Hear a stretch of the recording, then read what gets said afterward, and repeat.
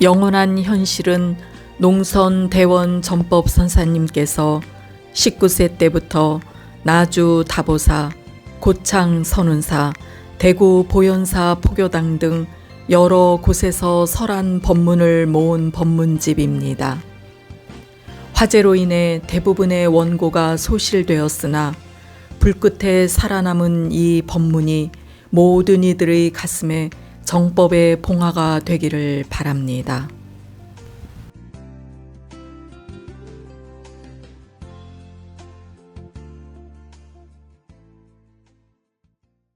네, 잘 들어오셨습니다. 우리가 금생에 이 세상 사는 것은 잠깐이에요. 잠깐인 것이요. 그런데 정말로 이 공부는 그 무엇으로도 비교가 되고 그 무엇으로도 바꿀 수 없는 것이에요. 아무리 벌어봤자 100년 미만에는 다 버릴 것. 아무리 높은 지위에 올라가봤자 100년 미만은 다 버릴 것이에요. 근데 이 공부는 어째요? 이거 한 번 해놓으면 미래는 끝이 없잖아요. 끝없는 미래에 모든 고통과 속박과 어려움을 다 벗어나서 살 수 있는 거예요. 지구가 요동을 치고 있어요. 불과 달수로는 2달, 날수로는 40일 사이에 지구촌에서 엄청난 사건이 많이 벌어요. 엄청난 사람이 죽어가고 엄청난 재산이 무너지고 그것을 사람들이 자연재해라고 합니다. 근데 나는 늘 자연재해가 아니다. 인재다. 나는 그래 왔어요. 예를 들어서 하나의 예예요. 이 땅속 깊이 속에서 왜 저런 용암이 터져서 분출할까요? 우리가 기름을 빼쓰고 가스를 빼서 가령 그러나 합시다. 기름은 보통 1000m 가서 뚫어서 뽑아 올리잖아요. 이런 구멍 하나에서. 그 많은 기름을 빼쓰잖아요. 가스를 빼내잖아요. 그러면 거기에서 수압과 지압, 어마어마한 그 압을 가하겠죠. 그러면 예를 들어서 그냥 아무나 이해할 수 있는 여기 있는 물건이 어무러지면 이 짝도 영향이 미치겠죠. 예상치 못한 데서 또 그거 무너져 가겠죠. 그냥 보통 사람이 생각하는 상식으로도 예상치 못한 일들이 벌어진다. 앞으로는 21세기에 그런 일이 아주 많아요. 우리는 이 공부는 정말로 미룰 일이 아니다. 하루라도 앞당겨서 끝마쳐 놓을 일이다. 정말로 미룰 일이 따로 있지 이 일은 미뤄서 되는 일이 아니에요. 근데 이 공부를 해서 그 자리를 아는 처지에 있는 사람가량도 그런 것을 절감을 잃어 못하니 기가 막힐 일이에요. 나는 한마디로 해서 18에 저 비금 서산사 가서 반야심경 듣다가 그 안에도 5살 모습부터 거시겠지만 거기서 이 공부 이 일은 끝났어요. 그런데도 일상에 그렇게 그 부처님 고행상과 같이 나머지 일 보림을 하기 위해서 그런 고행을 했다. 그래서 오늘이 있는 거예요. 왜 그러냐면 모든 것을 다 미뤄둬도 이것을 미뤄둘 수가 없다. 경기도 내 서울로 이렇게 산 사람이 우리나라 절반 인구예요. 절반 인구인데 유동인구까지 하면 절반 인구가 되됩니다. 모든 것이 경기도 서울에 집중되어 있으니까요. 일부러 올라오죠. 여기서 한번 그런 큰 재해가 있어버리면 그건 입으로 담기도 어려운 일이에요. 상상을 불허한 일이 됩니다. 그러니까 우리는 늘 최악의 상태를 마음에 담고 미리미리 대비해 가야 된다. 그 대비책의 최선의 길이 이 공부다. 더 말할 것 없이 최선의 길이다. 그렇게 아시면 됩니다. 영원한 현실. 61페이지 13절입니다. 만약 소리를 쫓는다면 그런 얘기입니다. 이제 오늘 제목이 소리를 쫓는다면. 이제 보통 사람은 다 그러죠. 소리를 쫓죠. 그러나 이런 우리 공부원이들은 소리를 듣기 전에 소리를 듣는 자신의 먼저 분명한 데서 소리를 듣어야 돼요. 네. 이제 이 공부는 한번 그 자리에 내가 나라는 볼 수 없고 잡을 수 없는 참나에 사무친 사람은 방심만 안 하면 언제나 할 수 있는 거예요. 그런데 자생에 익혀온 습성에 의해서 그냥 잇몸땡이로 사는 그걸 너무 길들여져서 그렇게 산다. 사실은 여러분이 조금만 더 노력해서 소리를 듣어도 먼저 소리를 들을 수 있는 그 실체에 분명한 데서 소리를 듣고, 무엇을 보더라도 그 물체를 보기 전에 물체를 볼 수 있는 자신의 실체에 분명한 데서 보면 되는데, 그게 내가 뭐라고 했어요? 그 자체로 봐라 그랬잖아요. 그 자체로 봐라. 그 자체로 듣더라. 우리가 일상에 그 자체로 듣고 그 자체로 보면 그냥 공부예요. 아, 세상에 그렇게 쉬운 일을 그렇게들 하느니 참 배가 고파봐야 알아. 배고픈 것은 그 배가 고파봐야 한다. 근데 이런 생산 문제에 있어서 코앞에 닥쳤을 때에 그런 것을 겪어봐야 하는데 안 겪어봐서 잘 몰라. 이건 방심만 하면 늘 된 거예요. 그냥 들을 때 그 자체로 듣는 무엇이 어려워요? 한 생각만 돌이키면 그냥 그 자체로 듣잖아요. 네. 그리고 보는 것도 그냥 그 자체로 보잖아요. 네. 그러니까 이것이 나중에 어느 정도만 길들여지면 일할 때도 그냥 이 공부는 따로가 없다니까. 일하는 그 자체가 공부고, 말하는 자체가 공부고, 오는 것 자체가 공부고, 가는 것 자체가 공부고, 앉아있는 자체가 공부. 전부 항주자 어묵 동정간에 공부 일수뿐이 없는 거예요. 네. 이 법문 들을 때도 이 말 들을 때 그 자체로 들어요. 하나도 어렵지 않아요. 네. 그 자체로 들어요. 그리고 여러분들 나 쳐다볼 때 그 자체로 보세요. 네. 얼마큼 그 자체로 보면서 자체로 들을 수가 있잖아요. 네. 그거의 공부요. 네. 이 공부는 그렇게 수월한 공부요. 방심만 안 하면 일체 때가 다 공부다. 일체 때가 다 공부예요. 소리를 쫓지 마라 그 말이에요. 만약에 소리를 쫓는다면 그건 다 죽는 길이다. 그런 얘기입니다. 생각해 보십시오.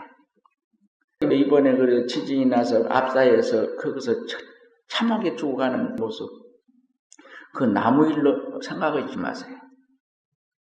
우리가 금생에 모든 것을 합의에 쓰지 않아요. 막 쓰지 않아요. 그것은 뭐예요? 곳간의 것을 다 쓰면 어찌고 되죠? 나중에는 곳간에서 내올 것이 없게 되죠. 그런 이치입니다. 여러분들이 금생에 쓴 것은 전생에 벌어놓는 그 복덕이고, 금생에 지어놓은 복덕이 없으면 설사 사람으로 태어나더라도 그런 곳에 가서 태어나요. 그러면 다음 어느 생에 그 모습들이 내 모습인데요. 그래서 나는 그 전에 그 시인네들 화장하면은 반드시 화장터에 최후가장 남아있는 사람이에요.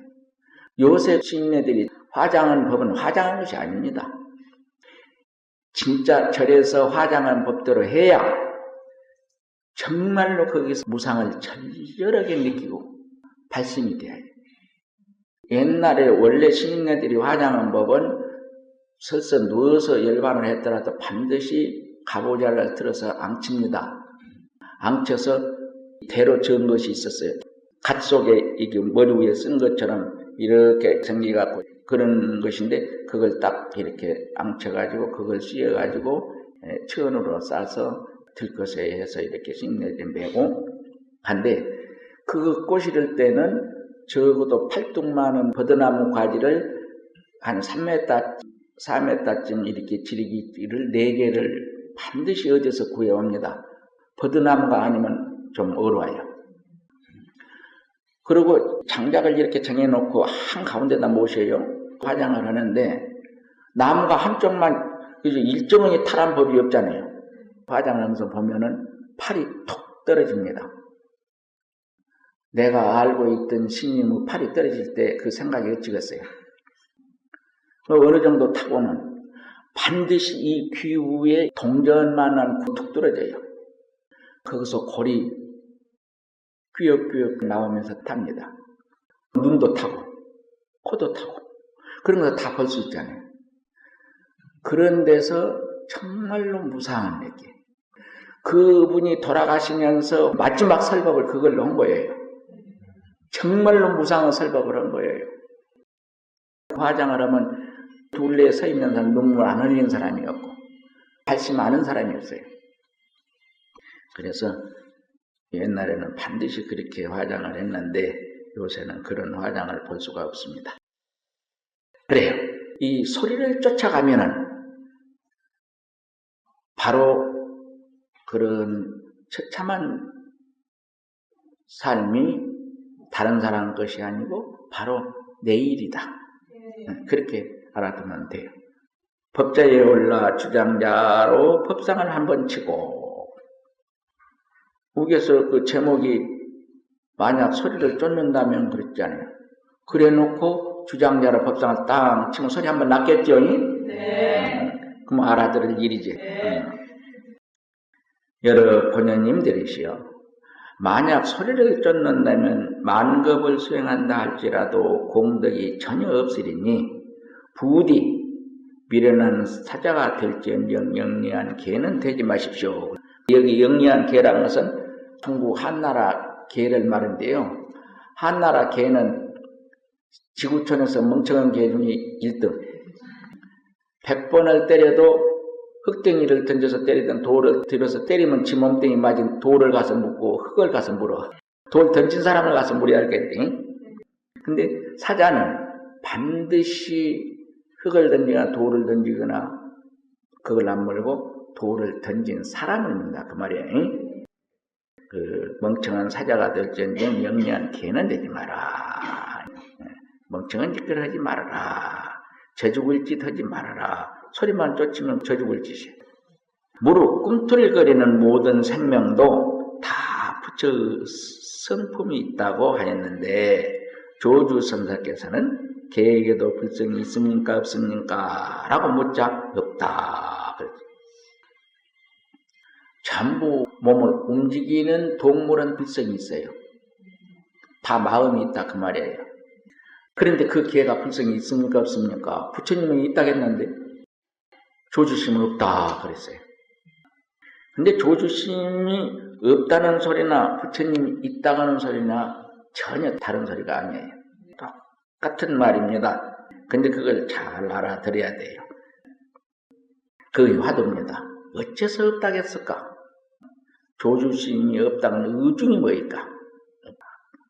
어째서 교회에는 불성이 없다고 했냐 그 말이야. 부처님이 있다고 했는데 조주심은 없다고 했냐. 법문은 이 양반은 뭐라고 한 거에는 그 없다고 하는 소리나 부처님 있다고 하는 소리나 다른 말 하나도 없다. 못 오는 소리에 잘 이제 헤아려 드대십시오. 묵묵히 언행을 초월하여 보이다가 조주선상에서 없다라고 하신 뜻이 어디에 있습니까? 만약 있다 없다에 떨어지면 조주선상의 뜻과는 아예 등을 돌리게 된다. 아예 등을 돌리게 그냥 10만 8천리로도 비교가 안 된다 그 말이에요. 이것을 알아야 할 것입니다.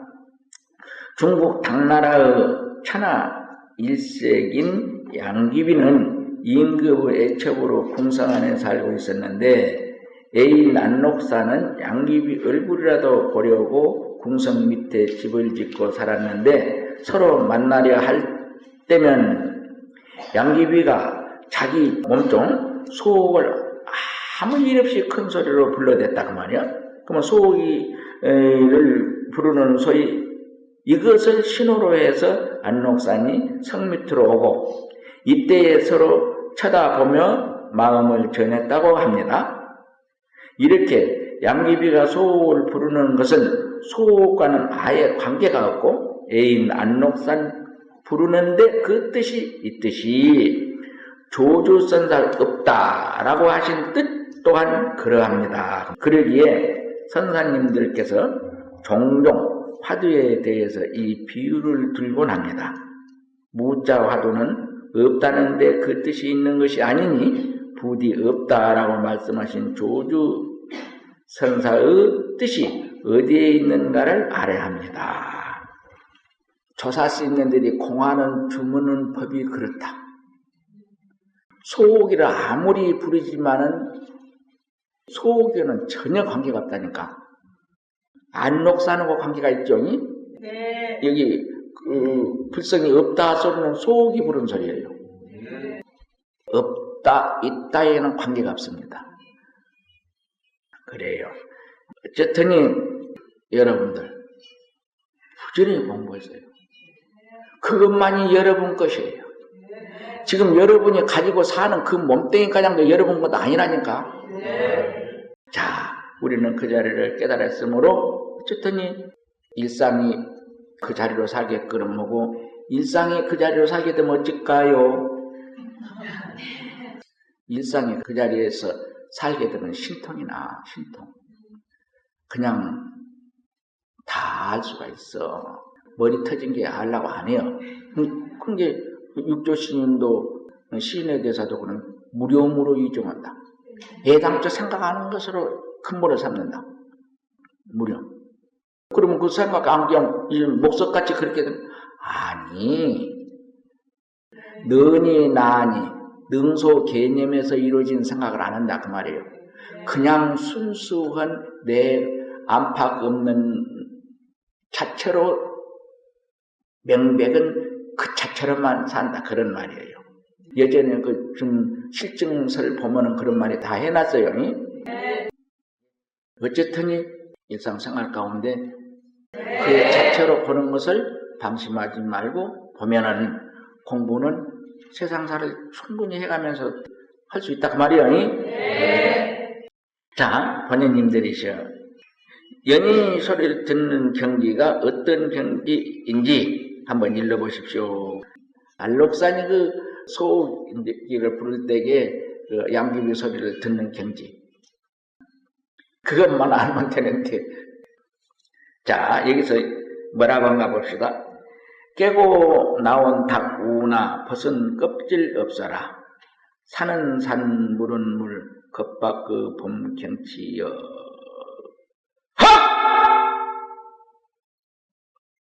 그랬습니다. 근데 여기서는 깨고 나온다고 우나 벗은 껍질 없어라. 여러분들이 그 자리에서 떡 사무쳐 놓고 보니까 나를 만나기 전에 사무치기 전에는 가만히 그거 몰랐지요? 정말로 그걸 손에 접해줄 수도 없고 뭐 보여줄 수도 없는 것이잖아요. 그런 자신을 발견했지요? 발견해놓고 본 게 발견한 것 아니지? 그 모르는 생각 어디 가서 없어진 것도 아니지? 그냥 없어. 마치 칠야 상경 캄캄한 방에 가서 쓰있지 않나 딱 누른 게 그냥 어둠 자체가 밝은 것이 되듯이 어둠이 어디 가고 밝은 거 온 것도 아니잖아요. 몰랐던 그 자체가 나지 않아요. 여러분 그 자리에 딱 삼쳐놓고 본 게 그 어제 중생생각 흔적도 없잖아요. 그리고 그 말이에요. 깨고 난다 우나 벗은 껍질은 없다. 근데 거기에 딱 사무쳤을 때 보면은 하늘 땅 내 몸뚱이도 없어 안팎 없는 그 자체뿐이지요. 그러죠. 그 자체뿐인데 그 자리에서 나를 본 게 어째요? 산은 산이란 소리가 그 소리요. 그 자리에 딱 사무친 거 하늘도 땅도 내 몸뚱이도 없는 자리 온통 나뿐이요. 그런 데서도 역시 그전과 다를 바 없이 산은 산이고 물은 물이더라 그 말이에요. 그러나 내가 그 자리에 사무쳐 깨닫기 전에 물이 아니고 산이 아니요. 여기는 어쩐에게 꿈속처럼 있는 산도 아니요. 이건 어려운 일인데, 그래서 이번 실증설에 우주 창조 원리를 얘기해놨죠. 여기는 모든 업으로 인해서 공업권에 들어와가지고 더불어 같이 만들어 놓은 것들이에요. 나무업을 일으키는 나무가 되고, 흙업을 일으키는 흙이 되고, 돌업을 일으키는 돌이 되고, 곤충업을 일으키는 곤충이 되고, 사람이 업을 일으키는 사람이 되고, 이렇게 해서 욕심으로 말미암아서 생기는 것들이 욕계의 사천의 업권으로 와서 전부 공업으로서 이루는 것이에요. 아주 이런 것은 이제 참되게 들어가면 이 우주 창세 원리, 중생이 생기고 벌애가 생기고 그런 것이 상세히 나. 이 말 속에 결국은 다 넣어놓은 거예요. 산은 산, 물은 물, 겉바그 봄경칠세. 어째서 겉바그 봄경치라고 할까요? 여러분들이 그 자리에서 보면은 있어서 있는 것 아니고 없어서 없는 것 아닌 데서 지금 사는 사이로 물은 물러본 거예요. 정말로 그 모든 것들이 각자 자기 일큰 바 업에 의해서 저렇게 생겼지만은 근원 자리에서 보면은 나와 더불어 전혀 다를 바 없는 것이에요. 그런 데서 보는 산은 산이고 물은 물이기 때문에 우리가 깨닫기 전에 보는 산은 산이고 물은 물과는 또 다른 것이에요. 그것을 알아야 합니다. 그리고 하라는 것은 뭔 말일까요? 이치로서 그렇게 설으면서 실은 여기 두 줄이 다른 이치 개개를 먹고 있습니다. 그리고 할은 그 두 줄이 다하지 못한 마지막 갈무리를 하는 거예요. 그런 돌인지를 알면 되겠습니다. 자, 오늘 영원한 현실 법문은 여기서 접습니다.